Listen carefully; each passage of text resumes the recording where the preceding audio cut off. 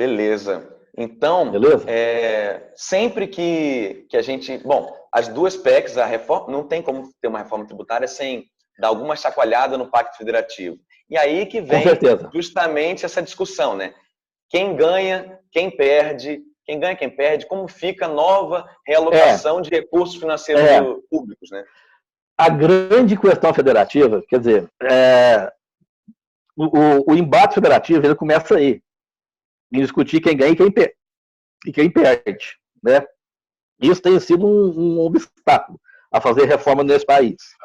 Fazer reforma tributária nesse país tem sido um grande obstáculo isso daí. Senão tinha sido feita 30 anos atrás, né? 15 anos atrás. 15, ou mesmo 30, né? Depois da Constituição de 88. Quer dizer, nós estamos pelejando com isso há mais de 30 anos, há uns 30 anos nós estamos pelejando com isso daí, com essa reforma tributária que não sai nunca. Agora, eu acredito que nós já estamos... Agora, olha, eu acredito, nós já... Não vai agora por causa da crise do coronavírus, que paralisou tudo, tá certo?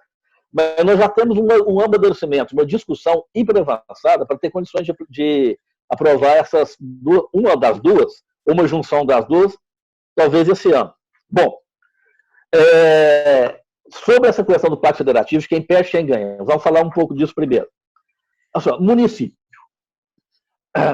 Existe até um estudo, tá certo, do Sindicato de Associação lá dos Auditores Fiscais do Estado de São Paulo, e que prevê perdas bilionárias. Eu acho que em 10 anos, se não me engano, eram 10 bilhões de perdas de arrecadação para o município de São Paulo. É o seguinte, se mantidas as condições atuais, e se passar o imposto por destino, que nós discutimos, realmente os grandes municípios eles vão perder muita arrecadação. Por outro, isso é um vetor que atua contra a arrecadação. Só que nós temos que olhar também para os efeitos sistêmicos positivos, que trazem ganhos de arrecadação, por outro lado. São vetores que trazem ganho. Que é, primeiro, para os municípios, o aumento da base tributável, o fim da guerra fiscal, os ganhos de produtividade do sistema como um todo e o crescimento econômico potencial que ele gera. Isso traz mais arrecadação. Tá certo? E para os estados, é a mesma coisa. Os estados que são hoje superavitários na sua balança comercial interestadual, como o imposto hoje é grande parte na origem, e se ele é superavitário nas suas transações para com os demais estados da federação, tá certo? Eles também tendem a perder. E o contrário, os estados hoje que são deficitários nas suas relações comerciais para com os demais estados da federação, tendem a ganhar com a transição para o destino, tá certo? Eu vou até citar, né, quem ganha e quem perde, com base nos dados do CONFAS. O CONFAS está publicando agora os dados da balança comercial interestadual, em grosso modo. Mas veja bem, hoje, quais são os estados, base 2018, quais são os estados que mais que perderiam com a reforma tributária, com o imposto de destino? Em ordem, São Paulo, Amazonas, Santa Catarina, Mato Grosso do Sul, Paraná, Pernambuco, Rio Grande do Sul e Goiás. Os demais São Paulo é quem perderia mais, né, então? Mais. E em segundo lugar, o Amazonas. E por que o Amazonas? Por causa da Zona Franca de Manaus. Porque tudo que vem de lá para cá vem a 12%. E eles se apropriam desse imposto. E tudo que vai daqui para lá vai a 0%. Então eles não têm crédito. Por isso que a arrecadação do Amazonas ela tem uma significância grande, que a produção dela vem quase toda para o Sudeste, para os estados mais ricos do Centro-Sul. Por isso que o Amazonas, devido à existência da Zona Franca de Manaus, tem uma arrecadação e um saldo comercial significativo, que é o segundo do país, atrás de São Paulo. O saldo comercial, só a título de ilustração, São Paulo, ele é superavitário nas suas relações interestaduais, indo aproximadamente 200 bilhões de reais. Enquanto que o Amazonas, ele é superavitário em 69 bilhões de reais. Tá certo? Isso dados do CONFAS. Certo? No site do CONFAS tem todos esses dados lá. Bom, o que acontece?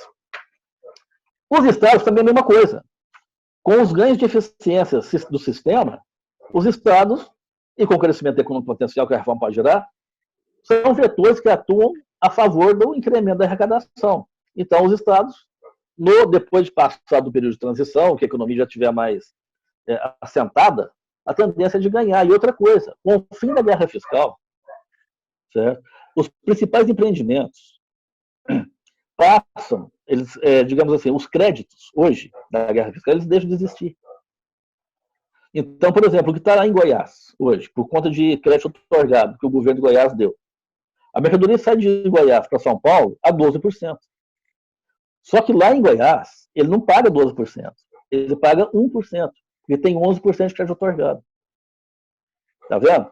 Essas coisas, certo, elas acabam. Isso tende a trazer mais arrecadação. Com o fim desse tipo de coisa, isso tende a trazer mais arrecadação para São Paulo, para os estados supostamente perdedores. Os estados hoje deficitários, eles, por outro lado, eles passam a ter um quinhão maior na arrecadação. Então, basicamente é isso. Agora, Victor, eu gostaria de... Só para fechar, então, então o que você quis dizer é assim, né, que em termos relativos da fatia do bolo, tem alguns entes federados que perdem mais, como por exemplo São Paulo é o primeiro. Mas em termos absolutos, né, que é a produtividade em si, vai ganhar. Sim. Então, assim, no final você acha que o balanço, o saldo final é mais positivo, então? Quer dizer, é positivo. É mais positivo. No conjunto, tá certo? Quando você passa para o destino e acaba com a guerra fiscal, e você tem, se você diminui o custo do sistema todo, porque você tira todas as mazelas, toda a complexidade do sistema. O imposto, ele passa a ser um imposto simples, de uma alíquota só, sobre uma única transação. Nesse novo sistema, você não tem classificação de mercadorias para poder identificar a alíquota. Você não tem substituição tributária, que é um absurdo dos absurdos de complexidade, tá certo? Então, o que acontece? Você simplifica o sistema a um ponto que todo o custo de processamento desse sistema, tanto para o Estado quanto para as empresas, setor privado, ele cai bastante. Então, você tem um outro ganho aí. Um outro ganho é que hoje está estimado, segundo o Banco Mundial, está estimado em aproximadamente 70 bilhões. Quer dizer, o custo de manter o sistema tributário nacional, o custo é de compliance, é o custo administrativo e de cumprimento de obrigações, certo? Está, segundo o Banco Mundial, é de 70 bilhões, tá certo? Que é mais ou menos 1% do PIB. É muita coisa. Então, você passa a ter esses ganhos todos. O balanço final, mesmo que os estados percam em termos relativos e outros ganhos em termos relativos, o balanço final é que essa melhor distribuição da arrecadação, ela traz ganhos absolutos para todo mundo. Tá certo? Sim. Esse que é o tchan da coisa. Ótimo. Então, Victor, é basicamente isso. Se você... Só gostaria de ressaltar mais uns pontos aqui. Esses pontos, eles estão aqui na fala do Hawley. O Hawley fez uma apresentação, um dos casos Hawley, onde ele diz o seguinte: hoje, nós temos, no Brasil, 5 trilhões em contenciosos. Isso é um estoque, é um saldo de 5 trilhões. Eu não sei qual que é o fluxo que é carregado para esse estoque. Mas veja bem, isso, para um PIB de 7,3 trilhões, é muita coisa. Tá certo? Nós temos mais ou menos 3 trilhões em dívida ativa, segundo os dados do deputado Hawley. Nós temos mais um fluxo de 500 bilhões por ano em sonegação. Nós temos um fluxo em 500 bilhões por ano em renúncia fiscal. E ainda, segundo o Banco Mundial, nós temos um sistema tributário que nos custa, em termos de compliance e custos administrativos, 1% do PIB, que dá 73 bilhões. Tá certo? Com a reforma tributária, se você conseguir mitigar esses valores aqui trilionários, o ganho, por exemplo, se você conseguir diminuir a sonegação em 50%, já é um ganho de aproximadamente 250 bilhões. Se você zerar as renúncias fiscais, talvez não consiga zerar, mas que consiga diminuir muito, 90%. Você pode ter um ganho aí de 400 e tantos bilhões, né, que são carregados agora para arrecadação. Então, você tem uma série de vantagens desse sistema que todo esse prejuízo que hoje nós sofremos, eles começam a deixar de existir. Entendeu? Então, nós temos todo esse ganho sistêmico. Perfeito? Bom, então, e como fica a redistribuição da carga tributária em termos setoriais, né? Para onde que vão as coisas? Isso aí é uma coisa que Preocupa muita gente. Bela pergunta. Essa é uma bela pergunta, uma excelente pergunta, o que todos querem ouvir.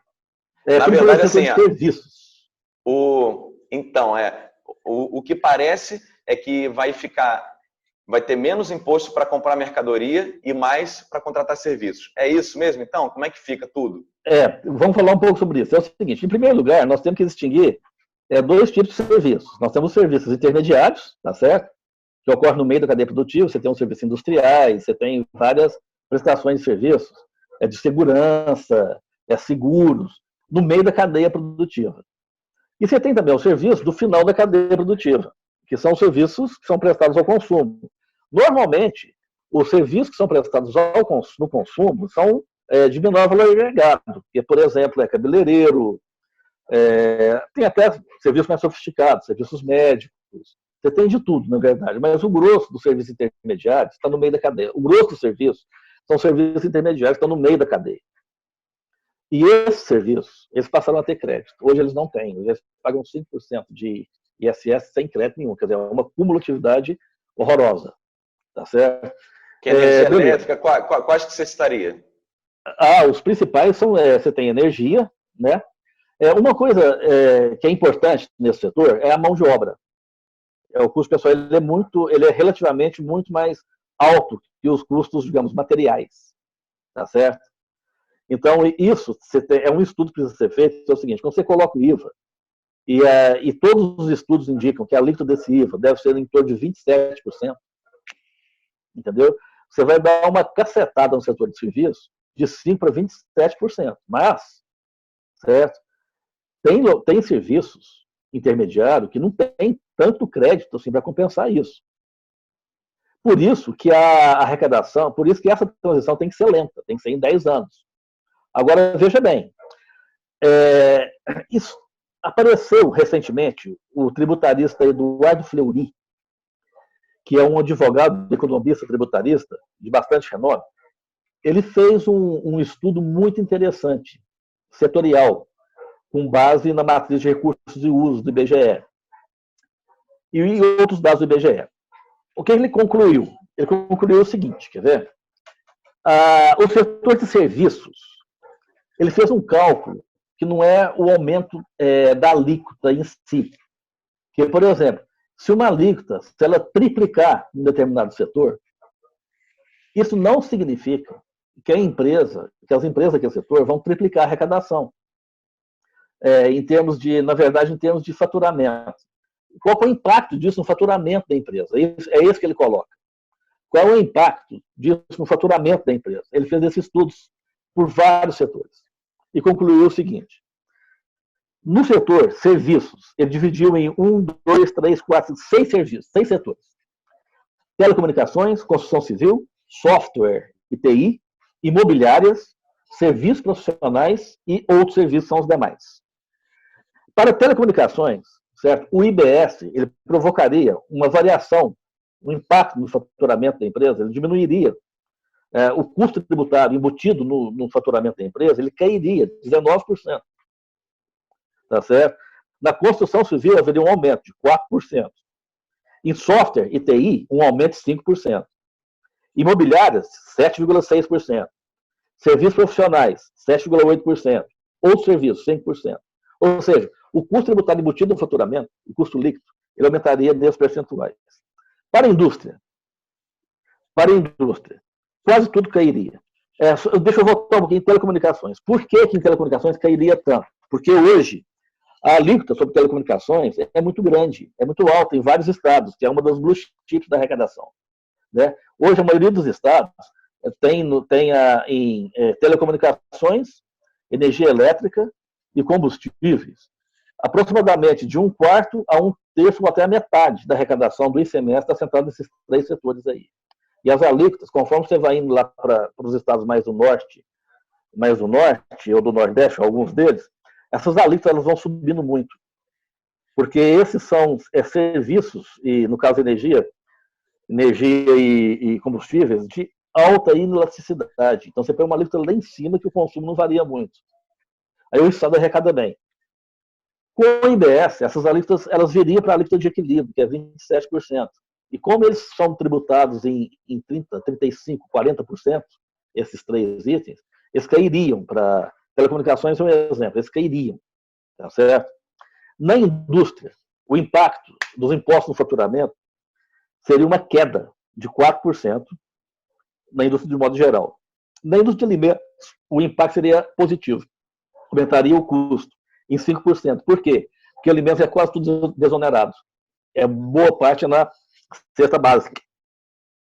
Em bebidas, bebidas é muito tributada, tem muita substituição tributária. Bebidas cairia em 21%. Eu acho que o pessoal vai gostar dessa parte aí, hein? Eu acho que essa notícia é boa, hein? Peraí, a cervejinha vai ficar com menos imposto, é isso? Em 21%. Peraí, vai cair para 21% ou vai cair 21% do atual? O custo tributário embutido no faturamento cai 21%. Nossa, tá certo. Tá certo? Isso possibilita que a empresa consiga vender seus produtos a um preço menor, tá certo? Ela pode até aumentar o faturamento, mas o custo tributário embutido ali vai cair 21%, que é o estudo do Fleury, do Eduardo Fleury, certo? Depois, se quiser, eu mando os links desses estudos, todos. Ah, muito bom, que aí depois eu disponibilizo na descrição do vídeo aqui, no YouTube, no Facebook, onde a pessoa estiver vendo, ela pode acessar tudo certinho, bacana. Perfeito, perfeito. Victor, por aí vai. No comércio, por exemplo, vai aumentar em 4%, para supermercados e hipermercados e produtos alimentícios, aumenta em 13%. Por que em supermercados, alimentícios, aumenta em 13%? Porque alimento é muito desonerado, tá certo? E produtos farmacêuticos, até farmacêuticos aumenta em 10%. Todos esses aumentos nesse setor, você tem o estudo do Raul Lebon, que ele mostra setor a setor o balanceamento disso. Os ganhos e perdas, setor a setor, sobre o faturamento, do imposto embutido no faturamento, ele vai mostrando que se você fizer uma transição suave, as empresas elas vão sentir isso aos poucos, elas vão adaptando seus orçamentos aos poucos, certo? Para não gerar uma bagunça, uma coisa descoordenada, um pandemônio na federação. Sim. Então, por isso, né, que hoje é um pandemônio na federação. Para não piorar, você harmoniza isso e o impacto disso, tanto setorial quanto para os entes tributantes, ele é diluído no tempo e isso espera-se que, ao aumentar a produtividade da economia, aumenta também as receitas e torna o custo tributário para as empresas, de maneira geral, bem melhor. E, principalmente, os custos de compliance para as empresas. Os custos de compliance são os custos inerentes ao cumprimento das obrigações tributárias, todas, principais e acessórias. Então, quer dizer que vai ficar mais barato para o empresário estar certinho, né? Isso, exatamente. Como o imposto é simples, né? Ele não tem essa parafernália que tem hoje no ICMS, principalmente no ICMS, PIS e COFINS, que é uma coisa complicadíssima, né? A começar pela substituição tributária. Olha, em toda a minha carreira, entendeu? Eu nunca vi, eu estou em 30 anos que estou na fazenda, eu nunca vi algo mais complexo e difícil de fiscalizar do que a substituição tributária. Ao contrário do que se diz, que a substituição tributária simplifica, ela concentra a arrecadação. Não é nada disso. Na prática é outra coisa completamente diferente. E todo mundo que trabalha com auditoria fiscal sabe disso. Todo contador sabe disso. O negócio é hiper complexo. E só que nós vamos falar disso hoje. Se você quiser fazer uma outra live depois para falar de substituição tributária, eu farei com prazer. E citando exemplos. Opa, públicos, então já está convidado agora já. Beleza. Exemplo público para ver o tanto que esse instituto é ruim. Ele mata a arrecadação ao invés de promover. Bom, próxima pergunta.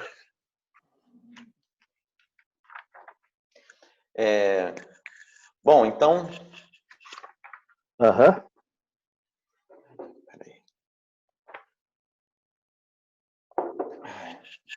Bom, então, uma coisa muito boa, né, da reforma tributária é a expectativa de aumento da produtividade, aumentar o PIB. Vamos lá. Em quanto tempo o PIB deve aumentar quanto? Enfim, como está essa conversa? Segundo as projeções de alguns economistas, eu vou falar a verdade para você, eu nunca li um estudo fino sobre isso, certo? Mas o que eu vejo os economistas falando o Bernard Api, ele fala no crescimento do PIB potencial em 10%, se não me engano, em 10 anos. O Raul fala a mesma coisa. Nós temos um potencial de crescimento. Quer dizer, a reforma tributária, ela produz um PIB potencial 10% maior do que o atual. O que quer dizer que o PIB vai crescer 10%, você entendeu? Potencialmente, ele pode ficar 10% acima do que ele é hoje. Ele provoca um crescimento potencial de 10%. Certo? Isso no período de aproximadamente 10 anos, que é o prazo de transição da... Ângelo, uma coisa que me preocupa muito é a industrialização do país, né? Porque a industrialização tem vários benefícios. A gente aumenta o que entra aqui de dinheiro, a gente tem uma economia mais sofisticada, mais independente, e quanto mais industrializada uma economia geralmente a gente vê que os salários, né? O valor agregado e os salários são maiores, então você emancipa o cidadão daquele país, né? Sim, a gente hoje vive no país, o Brasil voltou a ser uma fazenda, né? E isso é uma preocupação minha. Essa reforma tributária, ela tende a melhorar um pouco o ambiente de negócio para a indústria. Sim, com certeza, com certeza. A reforma tributária, ela é um componente importante, um projeto de reindustrialização do país, na economia moderna, tá certo? A reforma tributária, ela é imprescindível, né? Porque ela tira das empresas, das indústrias principalmente, e de toda a parte de distribuição, que é tudo conectado, né? Ela tira um custo da ordem de 1% do PIB. Isso aí é muita coisa. Em termos de custo para as empresas, quer dizer, melhora absurdamente o ambiente de negócios e também a previsibilidade. Você tira toda a insegurança jurídica que o atual sistema oferece, certo? Você tira toda a insegurança em todos econômica e jurídica. Né? E a gente melhora o ambiente de negócio, a gente melhora, ainda que antes de falar em investimento público, a gente não está nem falando de investimento público, é só uma mudança de regras da legislação. Privado. Isso. Exatamente, um projeto de reindustrialização pelo lado do setor privado traz um benefício enorme, melhorando muito o ambiente de negócios nesse aspecto, ela estimula os investimentos. Então, num projeto de reindustrialização do país, isso é uma peça fundamental, a reforma tributária, não tem a mínima dúvida sobre isso. Sim, a gente precisa de um projeto nacional de desenvolvimento para ontem, né? Para ontem, né? Eu sou da ala dos economistas desenvolvimentistas. Tá certo. Sim. Eu gosto disso. Depois, se quiser fazer uma live sobre isso também, a gente faz também. Opa, vamos fazer. Bom, beleza.